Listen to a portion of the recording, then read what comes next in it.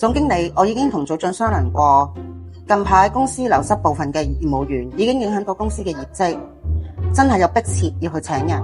但係公司對住新員工嘅培訓，唔可能在短期內完成。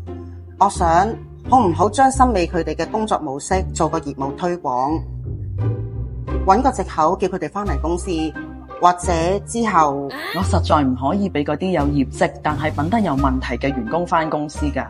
佢哋未經公司同意盜取供應商嘅資料，亦都修改埋業務嘅報告，你知道㗎。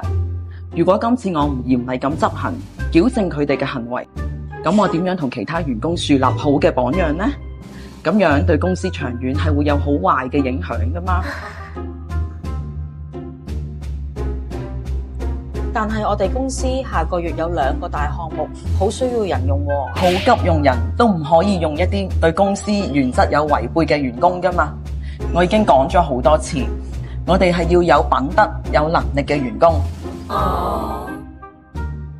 記住，遇到問題我哋就解決問題，寧缺莫濫。我哋而家就加快對外嘅招聘，又或者喺內部睇下有冇一啲有潛質嘅員工可以提拔嘅。德才兼備者嘅最大突破並非能力，而係能否識破並駕馭名利權嘅誘惑。點擊下方標題，教你點樣成為真正有實力之人。